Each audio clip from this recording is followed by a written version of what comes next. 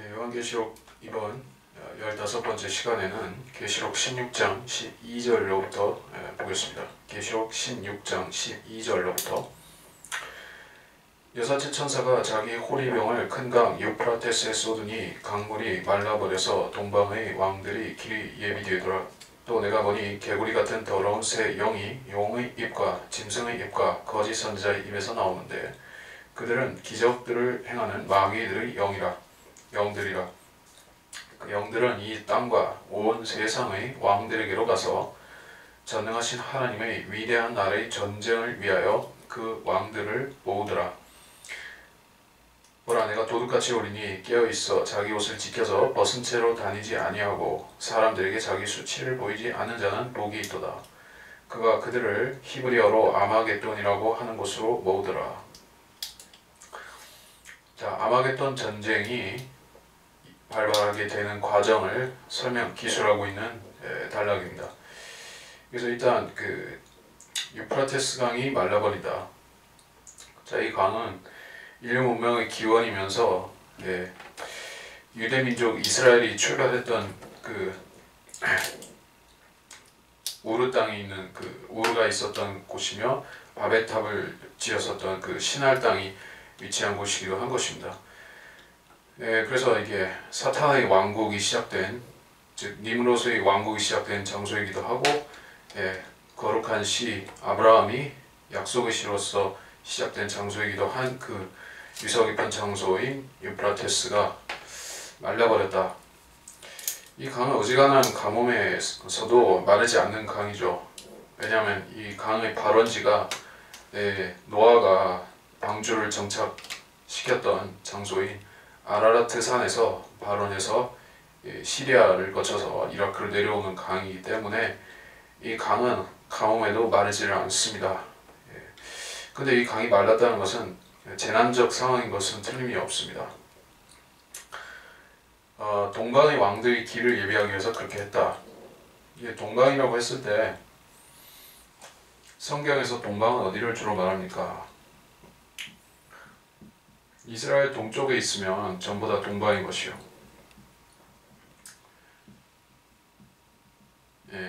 시리아도 동방이고 이라크도 동방인 것입니다. 그리고 페르시아는 물론이요.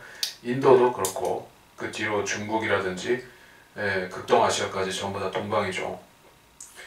그 한국 사람들은 이제 자기 민족적인 정체성하고 성경을 기록을 연결시키기 위해서 동방이라고 하면 이것을 꼭 그 한반도와 또는 뭐 고조선이라든지 이런 쪽과 연결시키려고 하는 그런 타성이 좀 있습니다. 그런 해석을 하지만 또 그래서 뭐 한민족의 욕단의 후예다 뭐 이런 가설도 제기가 됩니다만은 그것은 우리가 정확하게는 알 수 없는 부분이지만, 자, 이스라엘에서 동편은 어쨌든 그 지역에 위치한 종교라든지 민족을 보게 되면 일단 셈족이 주종을 이루고 있죠. 셈의 땅, 아시아죠. 그리고 그 종교는 모슬렘과 힌두교, 불교 이런 종교들이 위치하고 있죠. 그리고 한반도에는 지금 물론 기독교가 강세를 이루고 있긴 합니다만은 원래 전통적으로는 불교와 유교였었죠. 그리고 물론 무신론이라는 그 진화론과 무신론 세력도 지금 중국이라는 거대한 땅덩어리를 잡아먹고 있죠. 그래서 무신론의 특징은 바로 반이스라엘이고 반유대주의인 것이요. 모슬렘도 마찬가지입니다. 그리고 나아가서 힌두교나 불교도 그 동일한 속성을 가지고 있습니다. 그래서 그들은 유대인이 성전을 짓는 것도 싫어하고 반대하는 것이요. 그리고 세계 종교 통합 같은 것은 그들이 환영하는 것입니다. 그래서 이 셈이 결국엔 그 유대인이 속한 그 모 집단이긴 하지만, 유대인이 출발한 모 집단이기는 하지만, 그렇다 할지라도 이 셈이 마지막에 아마겟돈 전쟁에 크게 쓰임을 받는 것을 보게 되면, 자, 하나님께서 모든 민족들에게 어떤 일방적인 특혜를 주시지 않는다는 것을 우리가 알 수가 있는 것이에요. 무슨 얘기냐 하면, 저 창세기에 보게 되면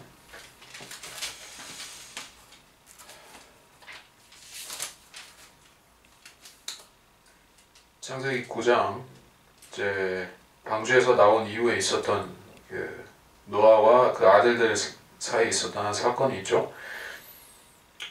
거기서 보면 창세기 9장 24절로부터 노아가 포도주에서 깨어나서 그의 작은 아들이 자기에게 행한 일을 알고서 말하기를 카나안은 저주를 받으리니 그가 그 형제들에게 종들이 종이 될지어다 하고 또 그가 말하기를 셈의 주 하나님을 송축하리로다. 카나안은 그의 종이 되리라. 하나님께서 야벳을 증대케 하시어 셈의 장막에서 거하게 하실 것이요 카나안은 그의 종이 되리라 하더라. 자, 이것은 이제 인류 역사가 앞으로 이 세 혈통, 그러니까 백인, 흑인, 황인 이런 그 세 종족 간에 걸쳐서 어떻게 전개될 것인가 하는 하나의 큰 판도를 보여주고 있는 예언이죠.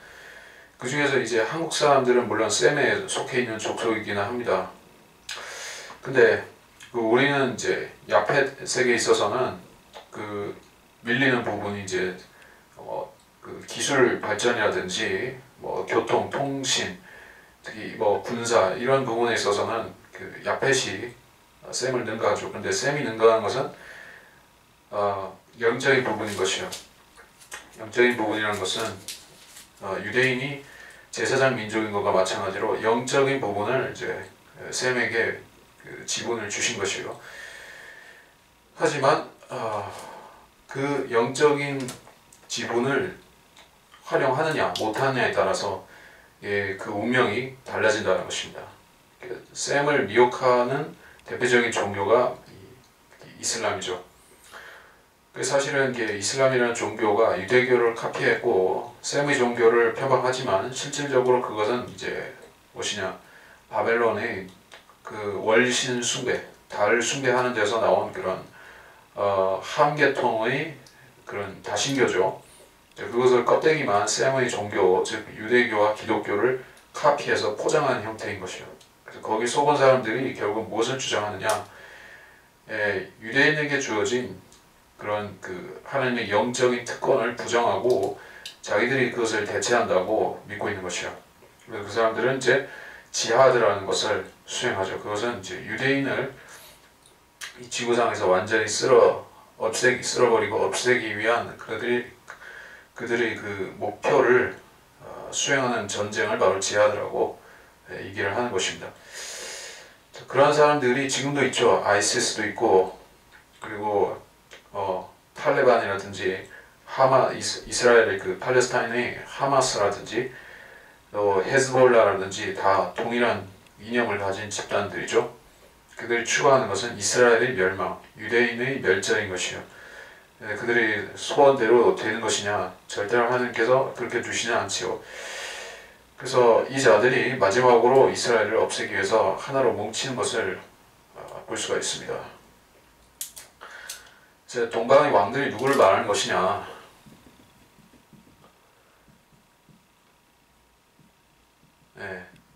아마도 10왕들 중에서 포함이 됐을 것이라고, 10왕들 중 몇일 것이요.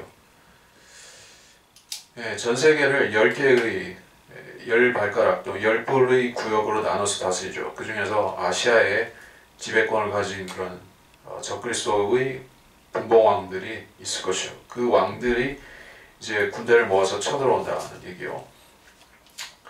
13절, 내가 보니 개구리 같은 더러운 새 영이 용이니까 짐승이니까 거짓한 자에게서 나왔다. 자, 더러운 새 영이라고 했을 때 물론 악령을 말합니다. 그래서 이 악령들은 그 출처가 어디서 나오는 것이냐, 용, 짐승, 거짓 선지자, 이 세 세계에서 나온다라고 했어요. 새 영이라 이렇게 얘기를 하고 있는데, 이 새 영은 물론 악령인데, 악령의 역사는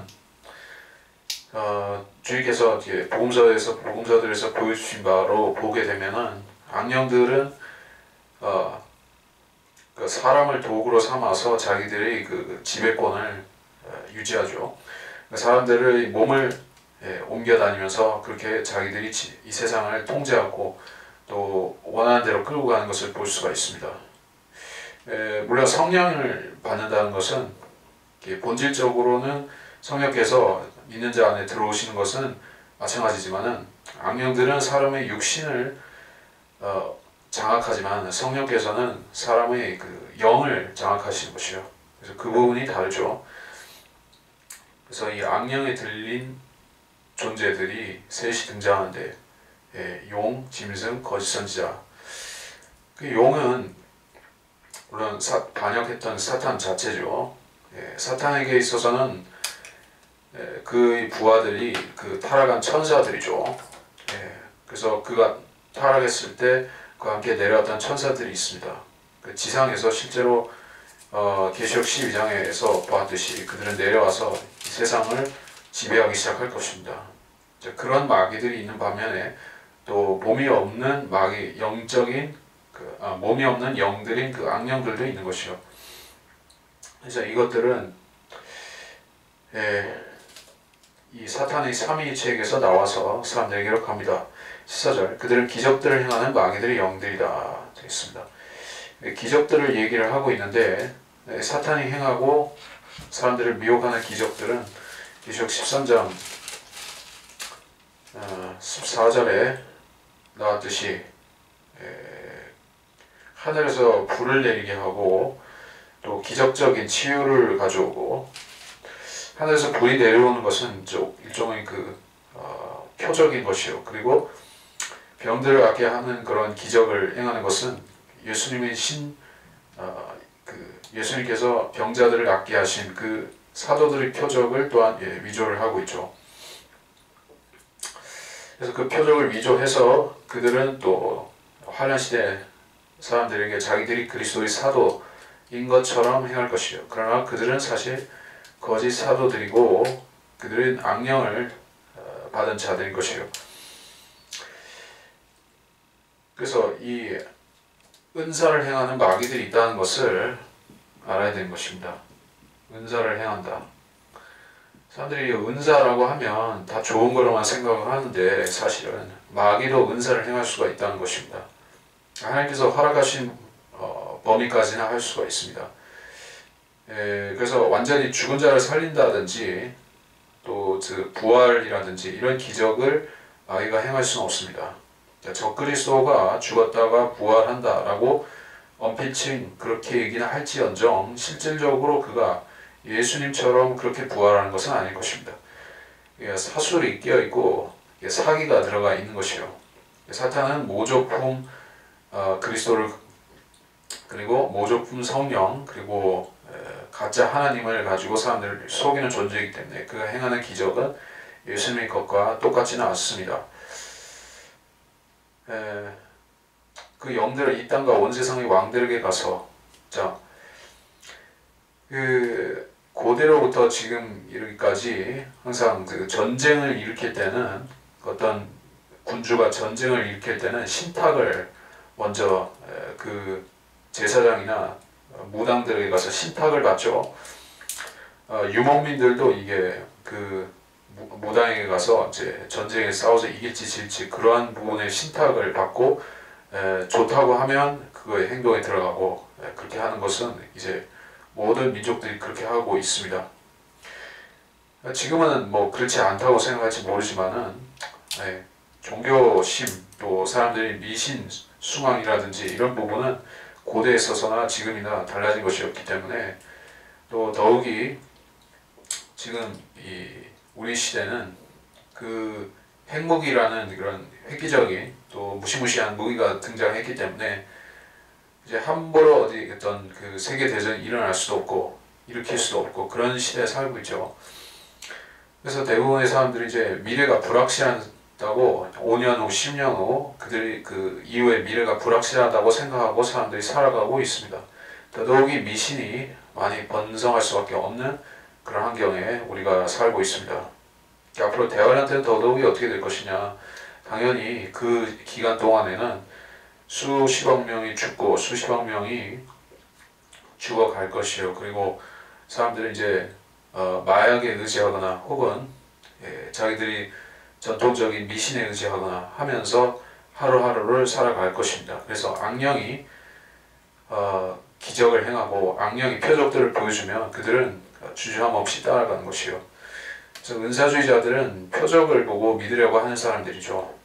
그들이 보이지 않는 하나님을 볼 수 없는 예수 그리스도를 또 느껴지지 않는 성령을 하나님의 말씀을 근거로 해서 성경대로 믿는 것이 아니라 자기들의 어떤 체험에 기적과 체험에 의지해서 믿는다고 하면 그것은 인정받을 수가 없는 믿음인 것입니다. 그 믿음이 하늘에 갈 수 있는 믿음인지 혹은 이 땅에서 돌다가 끝나는 믿음인지 그것은 성경으로 입증이 된다 하는 것이요. 성경대로 예수 그리스도께서 우리 죄들 위해 죽으시고 장사되고 사흘 만에 부활하셨다. 그리고 모든 죄를 십자가에서 주님이 맡으셨다 하는 부분을 과연 믿고 고백한다면 그 사람이 구원받았지만은 그것을 형식적으로 했다거나 믿는 채 하거나 혹은 잘 믿은 것도 아니면서 남들을 따라서 하는 것이거나 그렇게 하면 구원을 못 받은 채로 종교생활을 하게 되죠. 종교생활을 하면서 그리고 그 종교생활에도 사실 믿음이 필요합니다. 그렇죠? 종교를 믿기 위해서는 어쨌든 믿는 사람들 틈에서 종교심을 발휘해야 되니까 결국에 그 믿음을 가장하기 위해서는 체험이 따라가게 되는 것이요. 그 거짓된 체험, 마귀가 주는 체험, 어떤 병을 낫게 한다든지 방언들을 한다든지 이런 것들을 통해서 자기들도 믿는 사람이다 이런 것을 보여주려고 하는 것이요. 악령은 그런 사람들을 속여서 결국 표적만 쫓아다니는 분화비들로 만들어서 부려먹는 것이요. 자기 목적을 위해서 써먹고 거짓말을 퍼뜨리게 하고 사탄의 교리를 가르치게 만드는 것이요. 그런 사람들은 마귀의 종들이 되어서 하나님의 나라가 아닌 사탄의 영역을 확장하는 자들로서 사역하는 것입니다. 그래서 15절 내가 도둑같이 우리니 깨어있어 자기 옷을 지켜서 벗은 채로 다니지 마라 라고 했습니다. 도둑같이 오신다. 주님이 도둑같이 오신다는 것은 이제 성경의 도처에 나오고 있는데 데살로니가 전서죠. 전서에도 나오지만은 구약의 요엘 2장 9절에도 나오고 자 그래서 도둑같이 전 찾아보겠습니다. 데살로니가 전서 5장 2절 이는 주의 날이 밤에 도둑같이 오리라는 것을 너희 자신이 정확히 알고 있기 때문이니라. 그들이 평안하다 안전하다고 말할 때 아이벤 여인에게 진통이 오듯 갑작스런 멸망이 그들에게 임하리니 결코 피하지 못하리라. 도둑은 갑자기 온다. 예고하지 않고 온다. 그리고 와서 자기 물건을 귀중한 물건을 도적질해서 가버린다 하는 것이요. 자 그래서 무슨 얘기를 하냐 그 도둑같이 오리니 라고 하는 것은 어디에 적용이 되고 있습니까? 여기서는 내가 도둑같이 오리니 지상 재림에다 맞춰서 적용하고 계시죠. 주님의 공중 재림도 도둑같이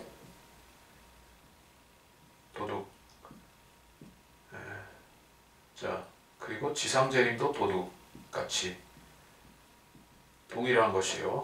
갑자기 오고 시기를 정확하게 그 날과 시를 정확하게 예측할 수는 없고 그래서 사람들이 이제 그거를 모르기 때문에 항상 준비하고 있어야 된다는 특징이 동일한 것입니다. 그 공중 재림에 대해서 우리가 도둑같이 오신다는 것에 예의 우리가 관심을 기울여야 되는 것은 왜 그렇습니까?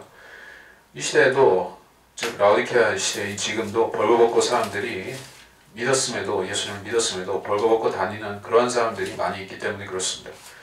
이제 거듭났지만 영적인 분별력을 갖추지 못하고 믿음도 느슨한 상태로 성경도 잘 모르는 상태로 살게 되면 결국에 그는 하나님께 계시록 3장 17절과 같은 말씀을 듣게 되는 것이요. 나는 부자면 부유하고 아무것도 가진 것도 없다 하지만 너는 비참하고 가련하고 가난하고 눈멀고 헐벗었다. 이러한 이러한 질책의 말씀을 듣지 않으려면 우리가 분별력이 있어야 되겠죠. 주님은 도둑같이 오신다는 것을 마음에 새겨야겠죠. 내가 나태한 것은 결국에는 주님께서 갑자기 오실 때 내가 결국에 그때 뼈아프게 후회할 수밖에 없는 것이다.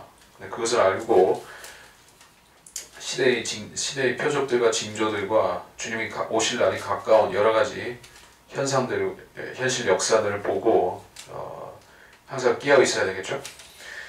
그래서 여기서도 도둑같이 오니까 깨어 있으라 이렇게 말씀하고 있습니다. 그래서 환란 때 휴거를 받을 사람들, 환란 후 휴거를 받을 사람도 마찬가지로 깨어 있어야 되고 열 처녀들에 대한 말씀이 바로 그에 해당이 되고 있죠. 깨어 있으라.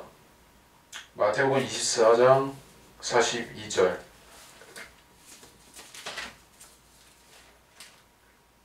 그러므로 깨어 있으라. 어떤 시간에 너희 주께서 오실는지 너희가 알지 못하기 때문이라.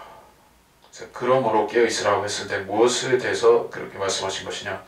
환란 후 휴거의 장면이 그 앞에 단락에서 나오고 있었습니다. 즉 그 40절과 41절, 마태복음 24장 40절로 41절에서 두 사람이 밭에 있다 한 사람 데려가고 두 여인이 맷돌 갈다 한 사람 데려가고 그 부분에 대해서 말씀하시면서 그러한 불시의 휴거가 있을 것이니 깨어 있어야 되고 깨어 있지 못하면 낭패를 볼 수도 있다, 이런 취지로 하신 말씀이었었죠. 이 올리브산 설교에서 그렇게 말씀하셨는데, 물론 우리의 휴거에 대한 것은 사도 바울의 계시를 주셔서 하셨지, 그 마태복음 24장에서 말씀하신 것은 다른 얘기죠. 그래서 그 환란 시대에 그 구원을 받을 사람들, 휴거를 받을 사람들이 깨어 있으라 하는 것을 말씀하신 것입니다. 어쨌든 깨어 있어야 되는 것은 지금 우리가 그리스도의 심판석에서 갑자기 우리가 이 세상에 마음을 두고 있다가 갑자기 올라가서 그리스도의 심판석에서 모든 상들이 불타고 그런 낭패를 겪지 않기 위해서 깨어 있어야 되는 것이고, 환란 때는 휴거 자체를 놓치지 않기 위해서 깨어 있어야 되고, 어쨌든 깨어 있어야 되는 것입니다. 영적으로 경각심을 가지고 주님 오심을 기다리고 있어야 된다. 자기 옷을 지켜 벗은 채로 다니지 않는다. 옷을 지킨다는 것은 이제 행위를 말하는 것이요. 하나님께서 요구하시는 선한 행위, 교회 시대에도 있고 환란 시대에도 있습니다. 자, 지금 우리가 교회 시대에 하나님께 최상의 행위가 무엇이 있겠습니까? 우리가 간직해야 되고 우리가 적극 행해야 되는 선한 행위는 복음 전파인 것입니다. 기도와 간구를 깨어 있을 뿐 아니라 또 말씀을 계속 공부하고 그리고 복음도 전파해야 되는 것이요. 그런 행위가 있을 적에 우리는 벗은 채로 다니지 않는 사람인 것입니다. 그러나 기독교계에서 벌거숭이 임금님처럼 이제 종교적인 형식은 그럴싸하게 갖추고 교인이다, 목사다, 재직이다, 이렇게 외적인 라이센스, 또 외적인 사람들이 인정은 받고 다니지만 실질적으로는 하나님 앞에 벌거숭이로서 다니는 사람들이 참으로 많이 있는 것이요. 먼저 우리의 수치를 가려줄 수 있는 하나님의 제1 요구사항이 무엇입니까? 하나님의 바른 말씀, 순수한 말씀, 정확한 말씀, 하나님이 자기 권위를 주신 말씀, 그 하나님의 한글 킹제임스 성경을 가지고 자기 수치를 가려야 되는 것이요. 그 성경으로 자기의 영적인 부분을 단속하고 메꾸고 또 강화시켜야 되는 것입니다.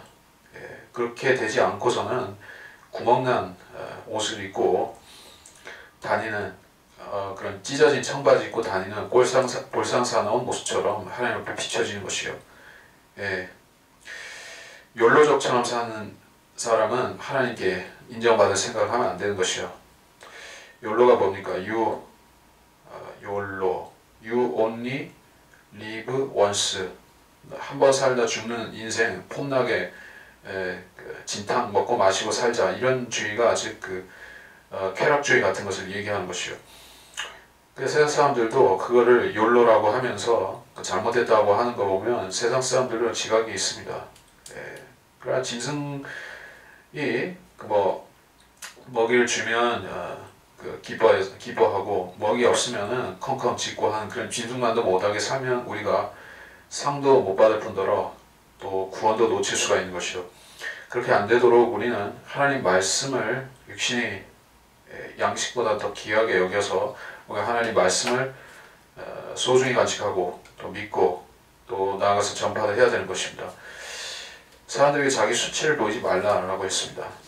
영적으로 스트리킹을 하지 말라는 것이요. 예, 그 바바리맨처럼 이렇게 다니면 안 된다는 것이요. 많은 사람들이 영적인 무장이라는 것을 뭔가 종교심을 가지고 그럴싸하게 치장하는 것으로 생각을 합니다. 그러나 그 종교심이라는 것은 사람을 가려줄 수가 없는 무화과 잎새 같은 것이요.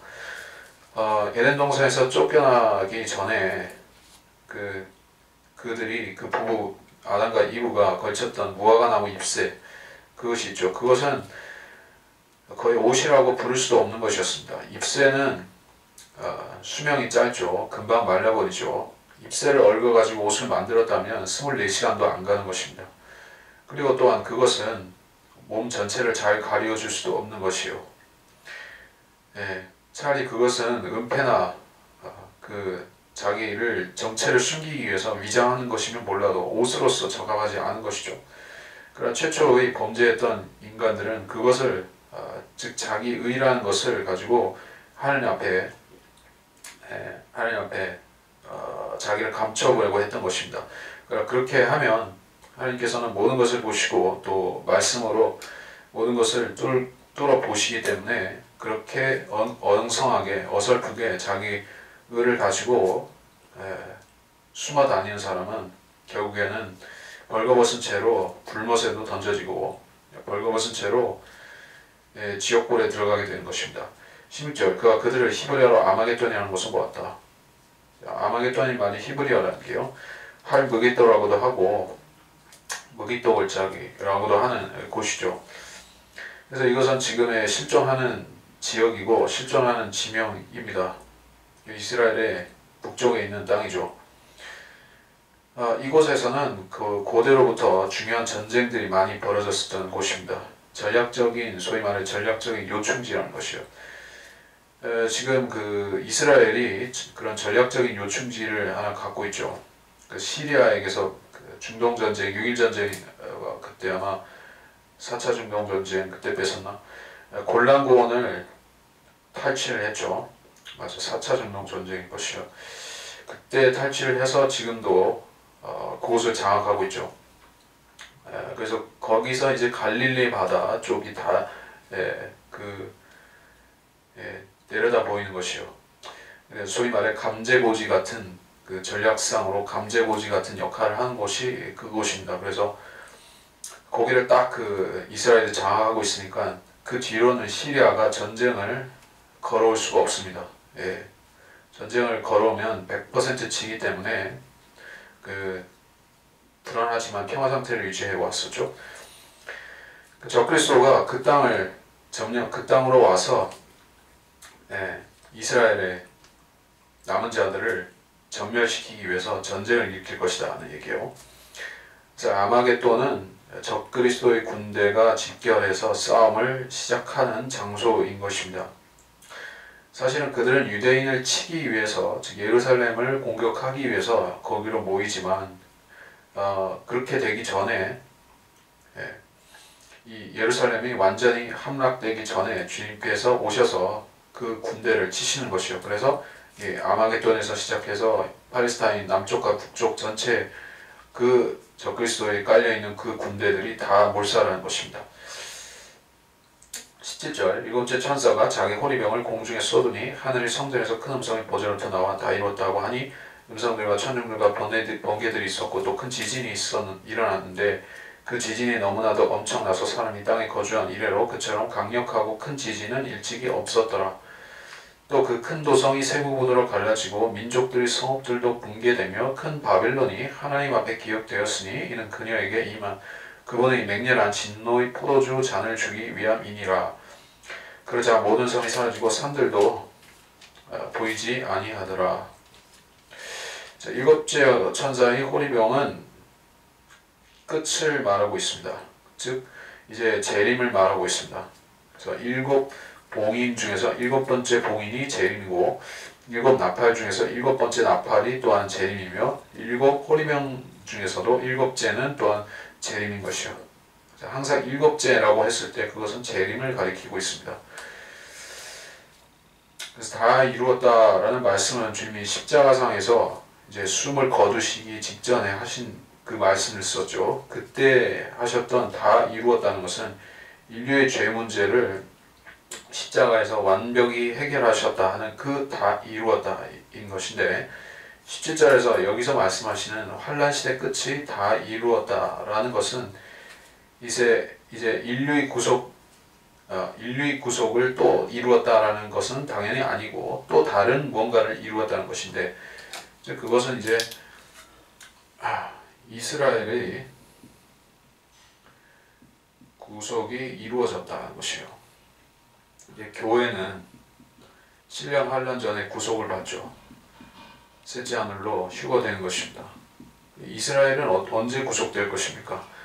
욥의 고난이 42장 동안에 걸쳤던 것과 마찬가지로 이제 이스라엘의 고통도 후 3년 반, 그 42개월 1260일 동안 계속되다가 그것이 끝나게 되었을 때 이제 하나님께서는 비로소 다 이루었다라고 선언하고 이 유대 민족의 해방을 선언하신 것입니다.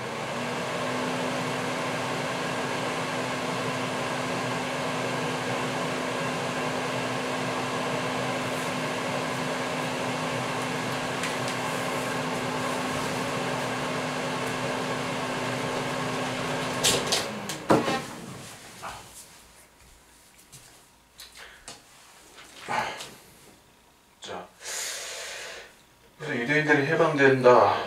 자, 우리는 그 해방된 날이 8.15죠. 우리 힘으로 해방된 게 아니라 미국이 원자탄을 일본 제국주의 그 자들에게 떨어뜨리는 바람에 우리가 그날의 해방을 맞이했었죠. 우리 의지와는 상관없이 우리 힘으로 한 것이 아니라, 그 말하자면 하나님께서 미국이라는 그 나라를 도구로 쓰셔서 우리가 일제에게서 해방되게 하셨던 것입니다. 자, 유대인들은 어떻습니까? 유대인들은 그러니까 과거에도 지금도 그렇죠. 자기들 민족이 이제 이방인들을 지배해야지 맞는데 오히려 지배를 당하니까, 그래서 그 계책을 가지고 이방인들을 능가하기 위해서 애써왔습니다. 예, 그래서 노벨상 수상자들도 유대인들의 조상이고 세계 금융자본도 유대인이 지배하고 있죠. 그만큼 세계를 지배하기 위해서 유대인들이 엄청 애를 쓰고 공을 들였던 것이요. 그 결과가 결국 무엇이 나타났냐? 적그리스도에게 세계 권세를 몰아주게 되는 아주 참혹한 결말로 끝나버린 것이요. 자, 이렇게 하나님께 영광을 돌리지 않고 자기들의 힘과 자기들의 지혜와 자기들의 종교심을 믿고 유대인들이 세상을 경영하려고 했기 때문에 결국 유대인들은 대환란을 맞이해서 비참하게 되는 것이요. 그러나 이제 하나님께서 일방적으로 그들에게 해방을 선물하신 것입니다. 주님께서 재림하시는 것은 그야말로 하늘에서 원자탄이 떨어져서 일본을 패망시켰던 것과 마찬가지로 불가항력적인 그런 심판으로 오게 되는 것입니다. 이제 일단 항복을 했으면 그때부터는 더 이상 지배권을, 그 식민지에 대한 지배권을 행사할 수가 없게 되죠. 다 철수해야 되고 다 손을 들어야 되는 것이요. 무장 해제되고, 그리고 그 2차 대전 끝나고 나서 그 도쿄 정범재판, 그런 정범재판을 통해서 그 악질적인 그런 행위를 했던 자들이, 강압통치라고 그랬던, 학살을 하고 했던 자들이 교보수용을 당했었죠. 그리고 물론 독일에서는 니른베르크 정범재판이라는 것이 있었고, 자, 그런 식으로 전쟁의 후에 일어나는 일들은 비슷한 것이요. 그 진쪽이 이인 쪽에게 배상금 지불하죠. 그리고 어떤 범죄자들은 재판소에 회부되죠. 똑같이 되는 것이요. 양들과 염소들을 나누는 심판이 마태복음 25장에 있죠. 정범재판, 그리고 이제 또 그렇죠. 그래서 다 이루었다가 결국에 이제 재림을 말하고 있다. 18절, 음성들과 천둥들과 번개들이 있었고 또 큰 지진이 일어났는데 그 지진이 너무도 엄청나서 사람이 땅에 거주한 이래로 그처럼 강력하고 큰 지진은 일찍이 없었더라. 지진이 일어났다. 자, 여기서 큰 지진이라고 하는 것은 어떤 국지적인 일부 지역에 일어나는 지진을 얘기하는 것이 아니라 전 지구적으로 발생하는, 즉 소위 말해서 그 어떤 재난 영화에 종종 나오듯이 대륙이 쪼개지고 또 섬이 침몰하고 뭐 대륙이 솟아나오고 이런 식의 거대한 지진을 말하는 것이요. 지축이 이동한다 하면 그런 지진이 날 수가 있죠. 이것은 남반구, 북반구 할 것 없이 다 일어나는 지진인 것입니다. 이것은 이게 지축이 아마도 이때 바로 설 수도 있을 것 같은데 정확히는 모르지만 지금의 그 우리 지구의 지축은 23.5도 기울어진 채로 돌고 있죠. 뭐 그것에 대해서 어떤 사람들이 이제 홍수, 노아의 홍수 때 그렇게 된 것이다. 그래서 그때부터 추나추동 그런 사계절이라는 것이 생기기도 했었다. 이렇게 얘기도 합니다. 어쨌든 이런 강력하고 큰 지진은 바로 재림 직전에 있는 것으로서 이 세상의 어떤 지축을 고쳐놓는 그런 정도의 지진인 것이다. 사람이 땅에 거주한 이래로 그런 것이 없었다. 지금도 사람들은 지진이 다발하는 지역에서 사는 사람들은 항상 불안하죠. 지진이 점점 증가하고 있는 추세에 있기 때문에 더더욱이 그런 것입니다. 한국이라는 이 지진에서 비교적 멀리 떨어진 그런 안전한 지역에 살았던 사람들도 이제는 안심할 수는 없는 상태에 와 있는 것이요. 종종 발생하고 있고, 자, 이것은 전부 마지막에 있을 큰 대지진의 예고편이다 하는 것입니다. 19절에 또 큰 도성, 그 큰 도성이 세 부분으로 갈라졌다. 민족들의 성읍들도 붕괴되고 큰 바빌론이 하나님 앞에 기억되었다. 이는 그분의 맹렬한 진노의 포도주 잔을 주기 위함이다. 큰 도성이 어딜까요? 그 큰 도성이라고 했을 때 예루살렘이냐? 그건 아닙니다. 왜냐하면 땅을 지배하는 큰 도성은 큰 바빌론, 신비의 바빌론이기 때문에 여기서 말씀하신 것은 세 부분으로 갈라진 도성은 큰 바빌론입니다. 예루살렘은 세 부분으로 갈라지는 것이 아닙니다. 민족들의 성읍들, 대도시들, 뉴욕이라는 게 샌프란시스코라든지 도쿄라든지 홍콩이라든지 상하이라든지 서울 이런 모든 큰 성읍들 붕괴된다. 큰 바빌론이 하나님 앞에 기억되었으니 큰 바빌론이 이때 사라진다라고 얘기를 하고 있습니다. 사실 큰 바빌론의 파괴는 조금 더 일찍 일어났을 것이요. 우리가 17장 그 뒷부분에 보면 17장 16절에서 그 바벨론 도성이 파괴되고 있는, 즉 바티칸 도성이 그때 불살라지고 파괴되는 것이 적그리스도의 그 열불에 의해서 그렇게 되고 있습니다. 그 후에 이제 하나님께서 마지막으로 그 남은 그 도성의 잔재들까지 다 쓸어버리시는 것이다. 그런 것, 두 번의 심판을 당하는 것이요. 그분의 맹렬한 진노의 포도주 잔을 주기 위함이라. 이 도성은 아무튼 포도주 잔하고 무척 밀접한 관계가 있는 도성입니다. 미사 때 포도주를 받는 그 포도주 잔, 금잔, 바티칸의 상징인 인장인 그 포도주 잔, 그것이 바로 이 도성에 주어지는 진노의 표시이기도 하다는 것입니다. 20절, 그러자 모든 섬이 사라지고 산들도 보이지 않았다. 모든 섬이 사라졌다. 자, 그 정도의 그 변화가 오기 위해서는 엄청난 해수면의 변화와 또는 쓰나미와 이런 것들이 있어서 섬들이 잠기고 이렇게 침수가 되고 이제 무너지고 그렇다는 얘기요. 산들도 보이지 아니하더라. 모든 산들도, 높은 산들도 무너진다는 것이요. 안데스니, 히말라야니, 또는 뭐 알프스니 이런 큰 산맥들이 있죠. 그런 산들은 원래 노아의 홍수 이전에는 존재하지 않았었습니다. 그때는 동산만 있었습니다. 동산, 에덴 동산 같은 그런 야트막한 동산 정도는 있었지만은 에베레스트 같은 그러한 큰 산들은 없었던 때입니다. 그러다 이제 노아의 홍수가 발생하면서 동시에 지각의 엄청난 변동이 같이 일어나면서 높은 산맥들이 그때 생겨난 것이요. 땅이 주름지게 된 것입니다. 그런데 이제 하나님께서 땅의 주름을 다시 펴시려고 시동을 거시는 것이요. 그래서 이제 산들을 쫙 펴가지고 이제 평지로 만들어 버리고, 그리고 또 섬들은 어떤 것이냐? 원래 메게너라는 학자가 주장했던 것이 대륙 이동설이죠. 판구조론, 대륙 이동설. 근데 그것이 어느 정도 어떤 근거를 가지고 하는 얘기이긴 합니다. 그것이 100% 그렇다고 말할 수는 없지만은, 원래 이 지표면은 하나의 대륙으로 연결이 되어 있었습니다. 그러니까 바다가 있긴 있었는데 그 모든 대륙들이 서로 간에 이게 접점이 있어서 연결되어 있었어요. 근데 그것이 지금은 완전히 거의 분리가 되어서 아메리카 대륙이라는 것이 따로 떨어져 나와 있죠. 구대륙, 신대륙 이렇게 최소 2개로 갈라져 있습니다. 그리고 그 외에 일부 섬들이 있죠.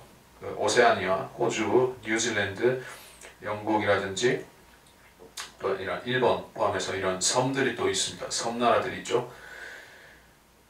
지금 이 세계 패권을 휘두르고 있는 나라들 중에 섬나라들이 있죠. 과거에도 영국이라는 섬나라가 했었고, 지금은 일본 그리고 미국 이런 섬나라들, 미국이라는 대륙도 사실 섬이죠. 그러니까 크게 보자면 하나의 섬이죠.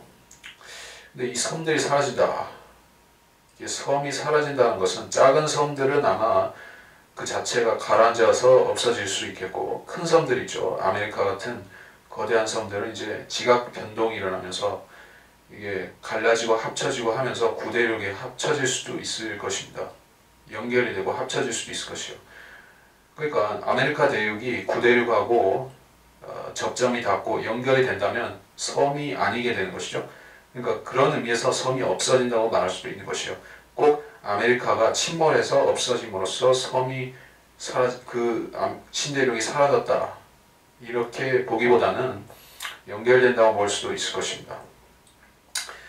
어쨌든 천연왕국 시대에는 그때 사람들이 이제 그때 사람들은 더 지금보다 결국에는 많이 증식하게 되는데, 이게 대륙이 없어지면 좀 그렇죠.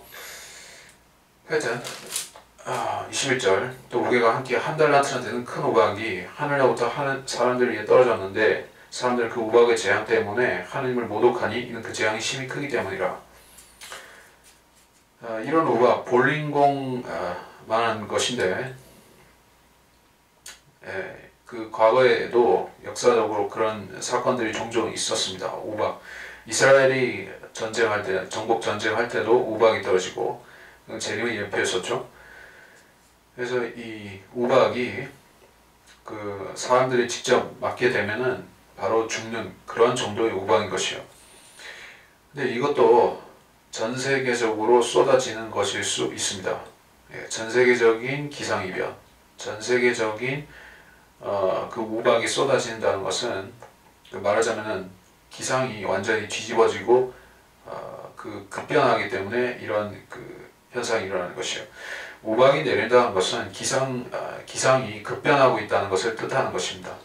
그러니까 아무 때나 우박이 내린 것이 아니라 그런 특정한 조건이 형성이 되어야 되는데, 그러니까 말하자면 이 지구 자체가 거대한 변화를 겪고 있는 것이요. 그 과정에서 하나님께서 이 우박재앙을 내리시는 것입니다. 자, 17장. 또 7 호리병을 가진 7 천사 가운데 하나가 와서 나와 대하며 말하기를, 이리 오라. 많은 물들이 앉은 그 큰 창녀의 심판을 내게 보여주리라. 땅의 왕들도 그녀와 더불어 음행하였고 땅에 사는 자들도 그녀의 음행의 포도주에 취하였도다 라고 하고, 그가 나를 영안에서 광야로 이끌어 가니라. 또 내가 보니 한 여자가 주홍빛 짐승 위에 앉아있는데 그 짐승은 하나님을 모독하는 이름들로 가득하고 7 머리와 10뿔을 가졌더라. 또 그 여자는 자주색과 주홍색 옷을 입고 금과 보석과 진주로 장식하고 손에는 금잔을 가졌는데 그 잔은 가증스러운 것들과 그녀가 행한 음행의 더러운 것들로 가득 찼더라. 그녀의 이마에 한 이름이 기록되어 있는데 신비라 큰 바빌론이라 땅의 창녀들과 가증한 것들이 엄이라고 하더라. 이제 17장에 들어와서 장면이 또한 바뀌고 있습니다. 이 장면은 이제 세계를 이제까지 종교적으로 지배해왔던 한 도성에 대해서 얘기를 하고 있는데, 이 도성은 메카나 예루살렘이 아닙니다. 이 도성은 바로 바티칸인 것이요. 바티칸이라는, 물론 로마에 속해 있는 그런 그 미니 국가의 형태를 취하고 있지만은, 여러분이 아다시피 아는 사람은 알다시피 이 바티칸이라는 나라의 힘은 그 나라의 백성의 숫자나 GDP나 또는 뭐 군사력에서 나오는 것이 아닙니다. 그런 것이 아니라 이 나라가 지구상에서 가장 별볼이 없어 보이는 나라 중에 하나인 그런 바티칸이 어떻게 세계를 정치, 경제, 사회, 문화 모든 면에서 쥐고 흔들 수 있는가 하는 것은 바로 이 사탄이 그녀에게, 이 도성에게 엄청난 권세를 주었기 때문에 설명이 되는 것입니다. 많은 물 위에 앉은 이라고 했습니다. 그래서 많은 물이라고 했을 때, 많은 물이라는 것은 많은 백성을 말합니다. 물은 혈통을 가리킬 수도 있는 것이요. 사람의 혈통을 물로써 말을 하기도 합니다. 또는 사람의 생식 능력, 생식하는 부분을 물로써 말하는 경우도 그게 아마 잠언에 나올 것이요. 잠언에. 그래서 물로 표현하는 경우가 있는데, 한번 찾아볼 수도 있겠는데, 잠깐. 잠언.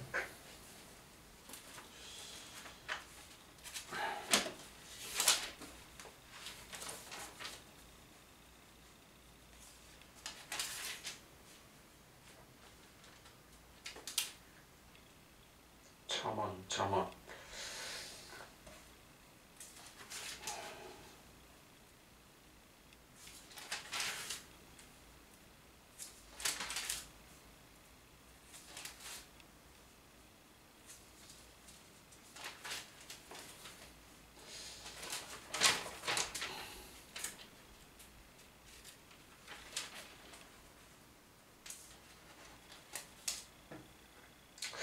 잠언이 아니라 전도서 같습니다.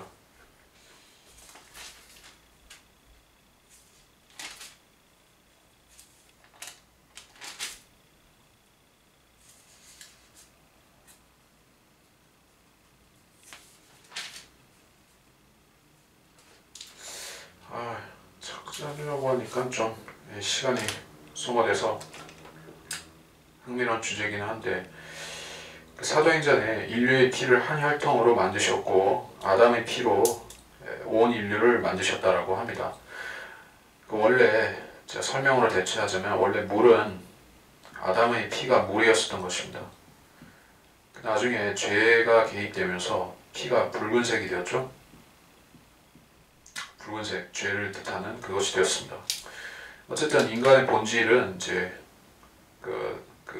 인간의 자손을 낳는 것은 이제 물을 통해서 이렇게 전파가 되는 것이요. 그래서 이 많은 물 위에 앉았다는 것은 모든 민족들을 지배한다, 모든 민족들 사이에 걸쳐 있다 하는 것을 얘기하는 것이요. 아시아뿐만 아니라 유럽뿐만 아니라 아시아, 아프리카까지도 지배를 하고 있는 것이요. 지금 로마 카톨릭은 전 세계를 하나로 묶는 작업을 하고 있죠. 아프리카와 아시아, 유럽과 또 아메리카를 하나로 묶기 위해서 부단히 활동하고 있는 것입니다.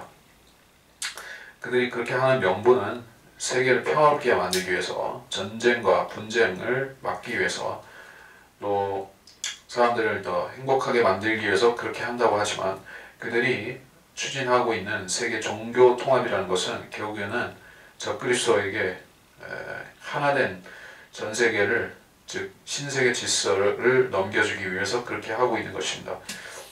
그러니까 적그리스도는 이 바티칸을 필요로 하고, 바티칸은 또 적그리스도를 준비하고 있는 그런 서로 도와주는 관계에 있는 것이요. 2절에 땅의 왕들도 그녀와 더불어 음행하였고 땅에 사는 자들도 그 음행의 포도주에 취하였다. 이제 땅의 왕들이 그렇다. 그러니까 위대한 왕들 있죠. 나폴레옹은 예외라고 볼 수도 있겠지만, 아니 처음에는 그랬었지만은 그 정교 조약을 맺고 카톨릭에게서 그 왕권을 인정받았죠. 샤를마뉴도 그렇게 했었습니다. 페핀이라는 자도 그렇게 했었고, 칼 대제라든지 유명한 역사상 유명한 왕들은 다 그렇게 했습니다. 그 징기스칸 정도는 예외가 될 수 있을 것 같습니다. 그 교황하고 협상을 할 수 있었는데 협상을 거부했죠. 그 외에 다른 자들은 다 이 협상을 통해서 무너졌습니다. 프랑스도 마찬가지요. 근데 교황이 가진 그 협상의 능력은 이 지상의 그 수완이 지상의 그 정치인들의 수완하고 틀립니다. 그 종교와 정치를 교묘하게 하나로 엮어서 사람들을 하여금 이제 권위를 자기 그 하나님을 흉내낸 그 유사 권위에 순복하게 만드는 기막힌 재주를 발휘하는 것이요. 사람들을 하여금 자기가 아버지라고 숭배받는 것이요. 교황이라는 그 말 자체, 포프라는 것은 이제 젖가슴을 가진 아버지, 양육하는 아버지 그런 뜻을 가진 이제 그 이교적 의미를 가지고 있습니다. 즉, 그래서 자웅동체 같은 그런 그 더러운 이미지를 갖고 있는 것이요. 그래서 독신 사제들과 독신 수녀들을 갖고 있죠. 그렇게 함으로써 그들은 이제 바벨론 신비 종교의 전통을 이어받아서 유지시키고 있는 것이요. 사람들을 하여금 이제 이 유사 모조품 기독교가 참 기독교라고 믿게 만드는 게까지 성공을 했다는 것이요. 왜냐하면 그래서 땅에 사는 자들 그녀의 음행의 포도주, 포도주는 이제 죄책감을 없애고 마취시키고 이렇게 하는 것이요. 사람들이 전쟁을 일으킬 때 카톨릭을 빙자해서 하나님의 이름과 성모의 이름을 빙자해가지고 전쟁을 일으켰었다는 것이요. 십자군 전쟁이 대표적인 사례였었죠. 30년 전쟁. 그리고 심지어는 우리 한민족이 겪었던 그 임진왜란 같은 경우에도 그 포르투갈의 그 카톨릭 세력과 같이 결탁한 일본의 풍신수기를 일으켰던 그 전쟁도 마찬가지죠. 자, 그런 식으로 전 세계 어디에도 다 손을 뻗고 자기 세력을 구축하고 나라 백성들을 자기들에게로 모아들이기 위해서 2000년 아니지 한 1700년 이상 1600에서 700년 이상 그들은 이제 교묘한 공작을 해왔던 것입니다. 3절 그가 나를 영 안에서 광야로 이끌어가니라. 주홍빛 짐승이라고 했을 때 이 주홍빛 짐승은 적그리스도를 말하고 있습니다. 적그리스도가 하나님을 모독하는 이름들로 가득하다. 그러니까 그의 본질은 이제 적그리스도, 즉 그리스도를 모방하고 하나님과 하나님 말씀을 욕되게 하고 하는 그런 그 거짓 사도요, 거짓 그리스도로서 그 자기 특성이 그런 것이요. 그런데 그 짐승은 또한 7머리와 10뿔을 가졌습니다. 7머리와 10뿔은 원래 용의 속성이죠. 용이 등장할 때 계시록 12장에서 그가 용이 등장할 때 7머리와 10뿔을 갖고 있었습니다. 근데 이제는 적그리스도가 그런 동일한 모습을 갖고 있어요. 즉 적그리스도는 용으로부터 권세와 능력과 그의 왕국까지도 물려받고 생김새도 유사해지는 것이요. 그래서 7머리와 10뿔이라는 즉 그 고대 왕국들로부터 이어받은 사탄의 권세를 가졌고 10뿔이라는 세계를 지배하는 왕들을 거느리고 있는 것이요. 4절 또 그 여자는 자주색과 주홍색 옷을 입고 금과 보석과 진주로 장식했다. 손에 금잔을 가졌다. 자, 이런 색깔에 있는 옷들, 금, 보석, 또 금잔 이런 것들은 전부 카톨릭의 이미지죠. 카톨릭은 금잔을 씁니다. 그들의 미사의식에 그러니까 그 바티칸에서 쓰는 그 금잔이 따로 있는 것이요. 그리고 그 사제들 또 그 추기경들이 평상시에는 흰 옷을 입다가 그 어떤 특정한 경우에는 어떤 중요한 모임을 가질 때는 주홍색 옷을 입습니다. 뭐 그리고 자주색도 입고 어떤 때는 검은색을 평사제들은 까마귀처럼 이렇게 검은색 옷을 입는데 이제 그 고위직으로 갈수록 이제 그리스도를 흉내내는 빛의 천사를 흉내내는 흰색도 있고 그리고 이제 사탄의 색깔이 붉은색도 있고 그렇게 함으로써 자기들이 정체성이 어디서 왔다는 걸 보여주죠. 예, 그 추기경들과 사제들이 그런 것들을 증명하는데 그래서 사절은 바로 카톨릭이 여전히 대환란 때 맹활동하고 있다는 것을 보여주고 있는데 그 자는 가증스러운 것들, 그 음행의 더러운 것들로 차있다라고 했습니다. 음행의 더러운 것들은 실질적인 육신적 음행 그리고 미사를 통한 사탄 숭배 그리고 성자들에게 기도하고 우상에게 경배하고 마리아를 숭배하고 하늘 여왕 마리아를 숭배하고 또 이런 기타 등등의 수많은 우상 숭배들 그리고 이제 그 로마 캐톨릭은 들어가는 나라들마다 토착화해서 그 지역의 종교들을 흡수하죠. 그래서 한국에 들어온 그 로마 캐톨릭은 제사를 허용하고 있습니다. 제사를 허용합니다. 그 사도 바울이 얘기를 했죠. 이방인들이 제사하는 것은 마귀들에게 하는 것인데 마귀들의 일에 참여하지 말라고 얘기를 했습니다. 네. 그들은 마귀와 성령도 구별할 줄 모르기 때문에 결국 한국의 전통적인 그 조상숭배 제사도 카톨릭식으로 재해석해서 또 하고 있는 것이요. 그러니까 이 자들이 세계 도처에서 그런 식으로 음행을 얼마나 많이 저질렀을 것입니까? 하나님께서 기독교라는 이름으로 저질러지는 그들의 가증스러운 행위들을 이렇게 기억하셨다가 심판하신다는 얘기예요. 5절 그녀의 이마에 한 이름이 기록되어 있는데 신비 큰 바빌론 땅의 창녀들과 가증한 것들이 어미 이마에 기록되어 있다. 잘 볼 수 있도록 사람들이 그 보고자 하면 다 볼 수 있도록 드러내놓고 그렇게 활동하고 있다는 것이요. 로마 카톨릭의 실체를 우리가 단박에 알 수 있는 것은 몇 가지 있죠. 크리스마스와 부활절. 자, 이건 캐톨릭에서 온 그런 절기들입니다. 유대인하고 상관이 없고 초대 기독교하고도 전혀 상관이 없는 하나의 발명된 절기들입니다. 크리스마스가 어디서 왔는지는 연구를 통해서 다 밝혀진 바인데 그것은 동지 의식하고 같은 것이요. 우리 동양 사람들 동지 때 팥죽을 먹죠. 그것이 이제 태양의 죽음과 부활을 상징하는 것이고 이제 서양에서는 이제 크리스마스의 이전에 원래의 형태가 토성을 숭배하는 사투르나라는 것이 그런 절기가 있었습니다. 그래서 그것도 역시 태양의 부활을 상징하는 것입니다. 그들이 최고 신은 이제 그리스도를 모방한 태양신인 것이요. 그러다 보니까 절기에 맞춰서 성경을 고치는 것이요. 예수님이 크리스마스 때 12월 24일에 오신 것도 아님에도 25일에 오신 것도 아님에도 그런 식으로 맞춰서 역사를 바꾸는 것이요. 또 부활절도 마찬가지입니다. 부활절 이스터라고 부르는데 실제 킹제임스 성경에 나오는 사도행전의 이스터 그때 무슨 일이 있었습니까? 사도 야고보를 죽인 것이요. 그리고 베드로를 죽이려고 했었던 그 일이 이스터 때 있었던 것입니다. 그 이스터라는 것은 이시타롯, 아스타르테 이 이방 여신의 이름에서 나온 것으로 그 에돔의 왕가가 지켰던 그 헤로드 왕가가 지켰던 그런 이교 절기인 것이요. 근데 그게 지금은 캐톨릭으로 넘어가서 이스터 부활절이 되었습니다.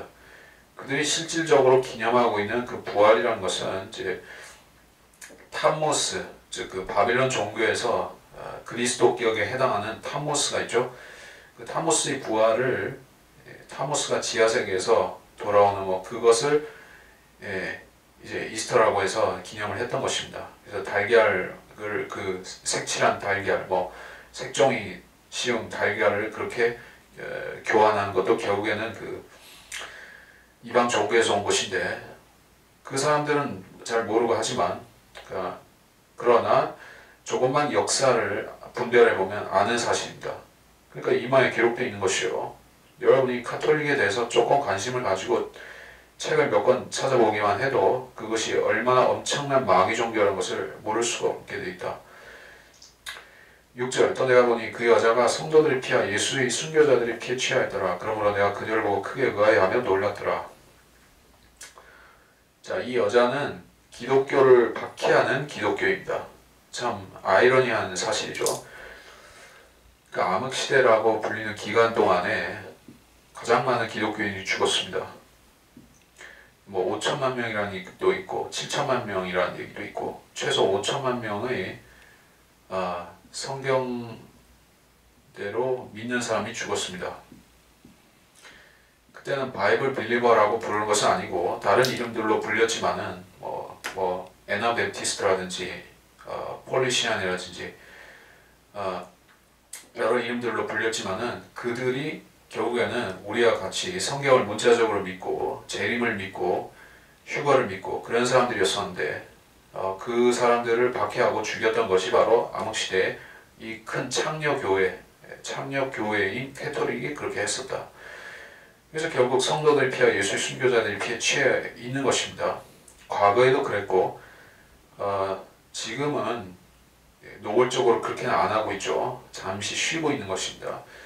이제 사람들이 캐톨릭이 문화적인 종교라고 안심할 정도로 상당히 자제력을 발휘해서 참고 있었습니다. 그러나 이게 맹수를 아무리 잘 길들여서 집에서 이제 개처럼 묶어놓고 그 표범을 또는 사자를 기른다고 해서 그 야수성이 완전히 사라집니까? 뭐 간혹 그렇게 집에서 길들인 표범이나 사자나 뭐 곰이나 뭐 그런 식으로 해가지고 가족처럼 키우는데 어느 날 그 맹수에게 야성이 돌아오면서 주인을 무참히 물어 죽이는 일이 간혹 나오기도 하죠. 그러니까 본질이 독사면은 사람을 물게 돼 있고 본질이 맹수면 사람들을 해치는 것이에요. 캐톨릭이라는 종교도 출발이 바벨론 신비 종교고 사람 피맛을 보고 자라는 그런 종교이기 때문에 인신제사를 드리는 종교였기 때문에 그것이 아무리 선하게 단장되었다 할지라도 기독교처럼 보인다 할지라도 거의 기독교같이 보인다 할지라도 거의 기독교가 아니라 전혀 기독교가 아닌 것입니다. 그래서 사람들은 이제 십자가 달려있고 뭐 예수 이름 나오고 찬송과 비슷한 거 부르고 그걸 하니까 그것도 교회고 그것도 기독교라고 생각하고 캐톨릭에 가는 것이 하나의 뭐 개신교 가거나 캐톨릭 가거나 하나의 선택이라고 생각하고 겁없이 거기로 들어간 사람들이 많이 있는 것이죠. 그러니까 들어가 보면 그때 아는 것이죠. 그것은 전혀 기독교하고 상관이 없는 기독교 맛만 나는 이교 집단인 것이요. 그것도 아주 최악의 이교 집단이죠. 왜냐하면 기독교인들을 엄청나게 학살한 종교니까. 근데 그녀를 보고 크게 의아한 이유가 무엇이겠습니까? 당연히 사도 요한은 캐톨릭을 본 적이 없이 이때 처음 봤기 때문에 그렇죠. 우리는 기독교 역사를 통해서 그녀가 무슨 짓을 해왔는지 다 찾아보면 나오기 때문에 우리한테는 뭐 당연한 사실처럼 되었지만은 아니 그때만 해도 사도 요한 당시 AD 90년대 그때만 해도 초대교회 시대였었는데 이제 캐톨릭도 없었고 물론 거짓 형제들이 그 교회들 가운데 들어와 있긴 했지만은 그들이 어떤 거대한 교단을 형성하고 또 심지어 자기들이 원래 오리지널이라고 주장하고 그렇게는 못했던 것이에요. 에베소 교회였었죠 그 당시는. 그래서 그러한 그 사기꾼들, 가짜 사도들, 교황을 그런 자기들이 기독교의 주역이라고 자기들이 그 사도라고 참칭하는 자들 다 분별하고 거짓말쟁임을 확인하고 쫓아내버렸던 것이요. 그때는 그렇게 성별일과 분리와 또 징계가 가능했었습니다. 그 초대 교회는 그랬었는데 그 이후로 캐톨릭이 등장해서 기독교계를 잠식하고 사도 요한이 놀랄 정도로 그 가짜 기독교가 전 지구를 덮어버린 것이요. 그 사도 요한은 암흑시대만 본 것이 아니라 지금을 본 것이고 또 지금을 넘어서 환란 때의 엄청나게 세계를 장악하고 있는 그 카톨릭을 본 것이요. 그러니까 얼마나 놀랄 수밖에 없겠습니까? 7절 그러자 그 천사가 내게 말하기를 왜 놀랐느냐 내가 그 여자의 신비와 그녀를 태워 일곱 머리와 열 뿔을 가진 그 짐승의 신비를 너에게 말하리라. 자, 이 여자의 신비도 있고 짐승의 신비도 있습니다. 여자의 신비, 짐승의 신비, 이게 따로라는 얘기죠. 자, 짐승이라는 것은 정치적인 로마, 여자는 이제 종교적 로마, 정치적 로마 제국, 종교적 로마 제국, 그렇게 구별할 수가 있겠죠. 결국에 신성 로마 제국이라는 것은 정치적인 로마 제국에 속하죠. 신성 로마 제국, 홀리 로만 엠파이어라고 했을 때 그것은 캐토릭이 자기 혼자서 종교적인 힘만 가지고 유럽을 장악할 수 없으니까는 자기가 권세를 줘가지고 소위 신성 로마 제국을 만들어서 유럽을 간접 지배했던 것이 바로 이 짐승의 전적격인 홀리 로만 엠파이어가 그 일을 했었던 것입니다. 근데 그 신성 로마 제국이라는 것이 1차 대전 때 마지막으로 그때 이후로 몰락했죠. 1차 대전 때 소멸. 지금은 없습니다. 네, 지금 없어요. 근데 앞으로 다시 생길 것이라는 얘기예요. 문자 그대로 로마 제국으로 다시 수립이 될 것입니다. 지금의 EU라든지 뭐 유럽 경제 공동체라든가 이런 것, 또 나토 이런 것들은 이제 결국에 로마 제국이 등장하게 되면 그 자리를 물려주고 그것들 사라질 것이에요.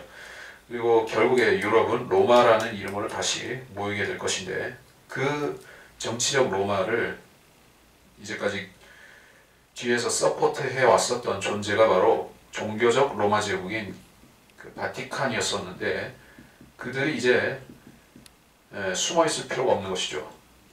신성 로마 제국을 자기들이 아예 그 하나로 합쳐버린 것이죠. 종교적 로마와 신성 로마를 합쳐서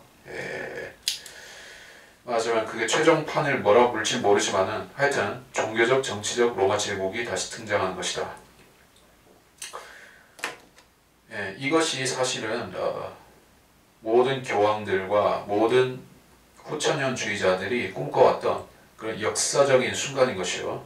이걸 이루기 위해서 결국엔 그 1차 대전 이후에 국제연맹이라는 것도 만들었었고 그 후에 UN이라는 것도 2차 대전 후에 만들었었던 것이 결국에는 이거 하려고 로마 제국 다시 만들려고 그 밑밥을 깔기 위해서 그 사전 준비 단계로서 그러한 조직들을 만들고 했었던 것인데 그 이후로 지금까지 쭉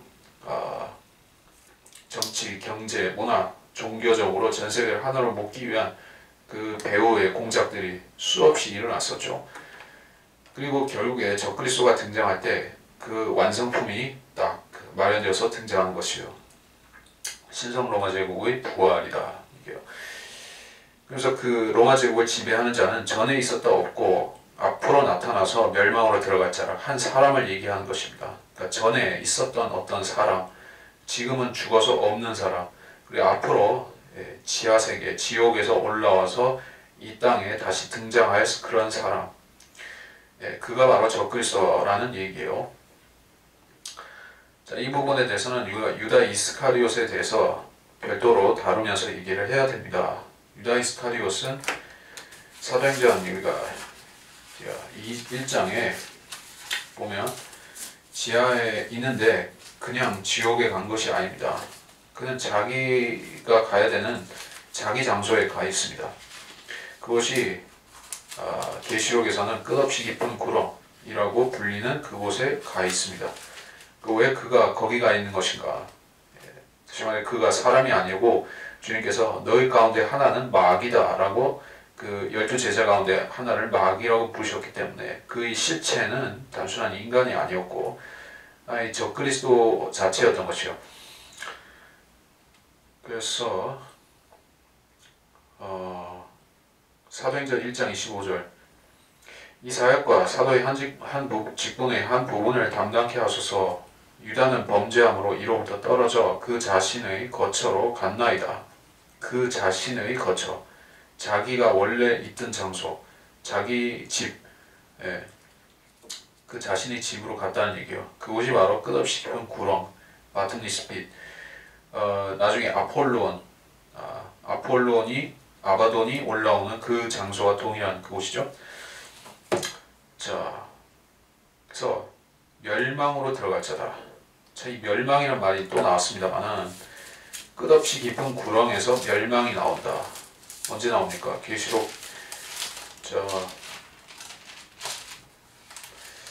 9장 11절. 또 그들에겐 자기들을 다스리는 왕이 있으니 끝없이 깊은 구렁의 천사요 그 이름은 히브리어로 아바돈이며 헬라어로 그 이름은 아폴론이더라.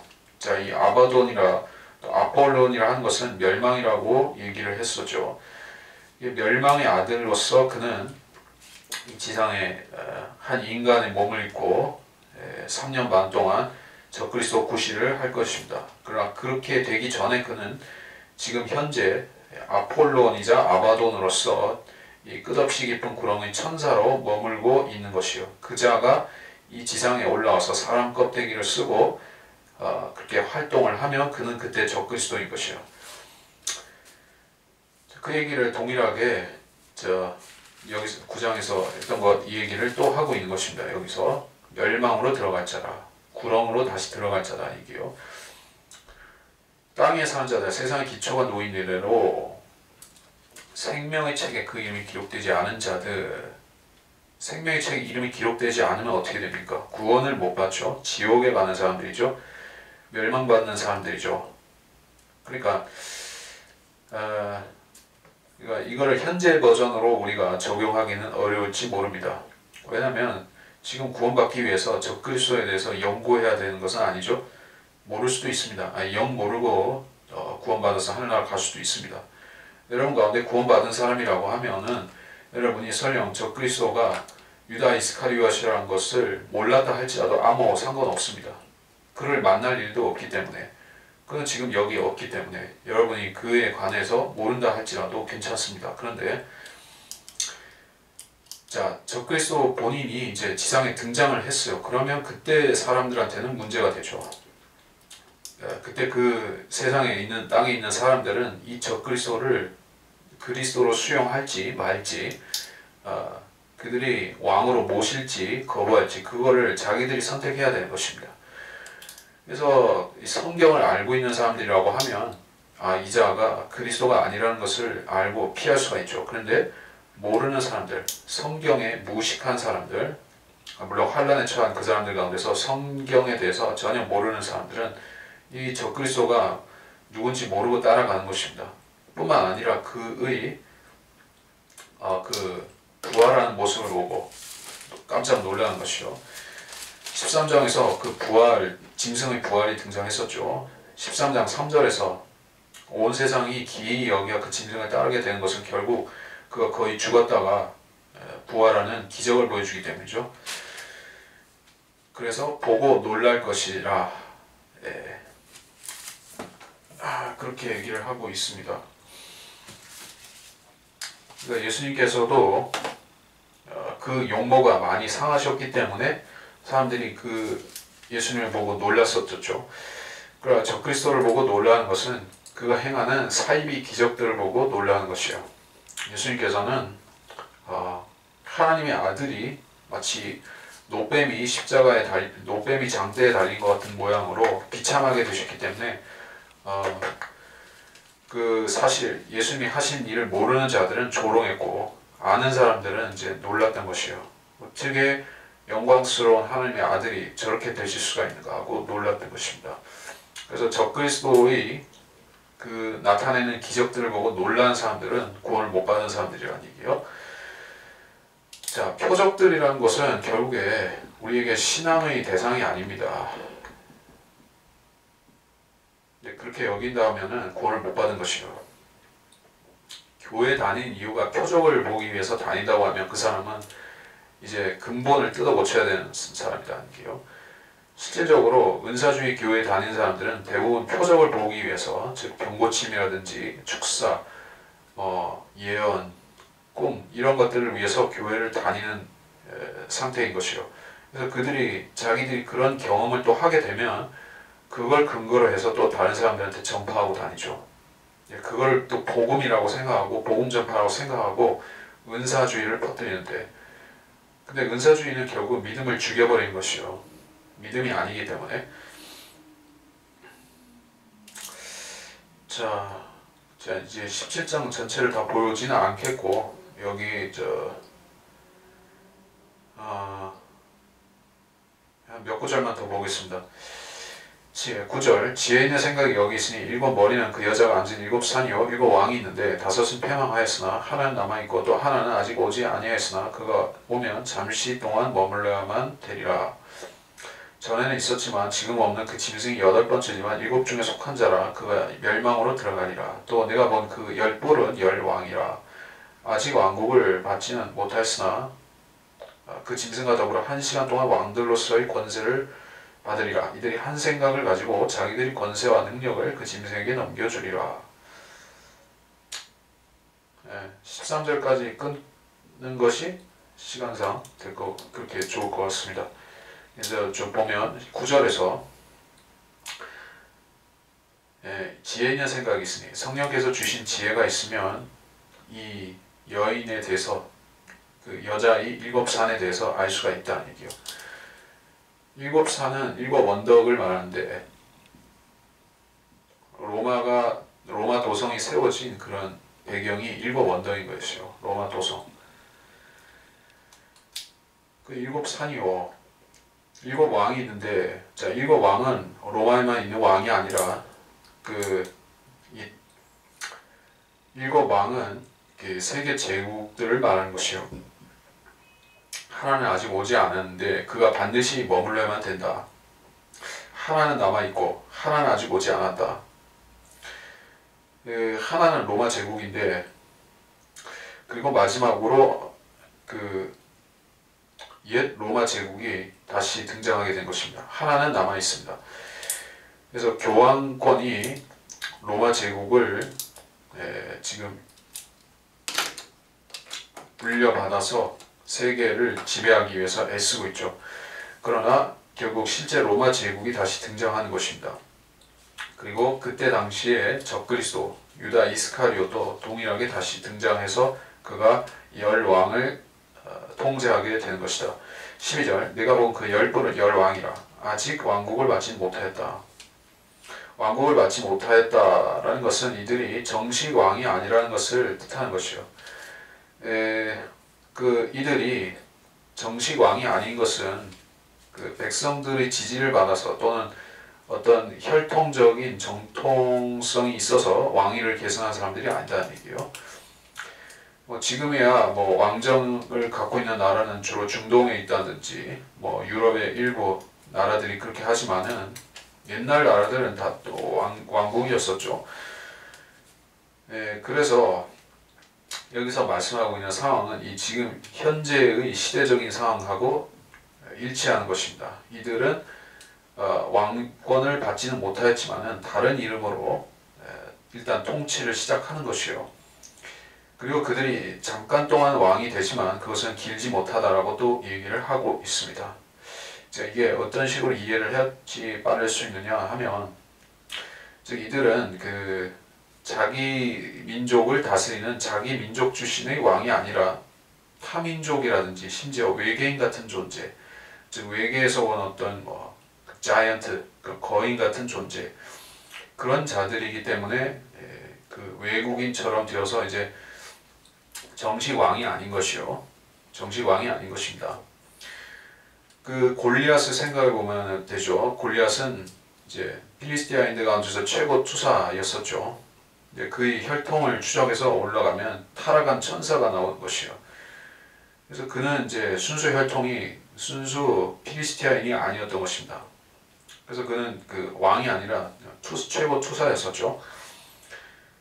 근데 적그리스도는 결국 이 초인적인 존재들을 사용해서 세상을 장악하는 것이요. 그리고 그들에게 왕위를 주겠다고 약속을 하지만 실질적으로 그 왕위를 주고 누리는 것은 잠깐뿐이다는 얘기입니다. 일단 1시간 동안 왕들로서의 권세를 받으리라. 왕권은 실제로 휘두르는 것은 1시간밖에 안 된다. 이게 1시간이 어떤 1시간이냐 그건 잘 모르겠지만은 하여튼 이들은 7년이라는 그 환란 기간 동안에 단 1시간 동안만 왕 노릇은 할 수가 있다. 그런 얘기입니다.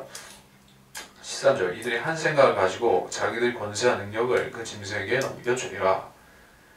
이것이 12절과 관련해서 그 앞에 있다는 얘기지 뒤에 있다는 것인지 사건의 선후 관계가 12절과 13절의 선후 관계가 어떻게 되는지는 잘 알 수가 없습니다.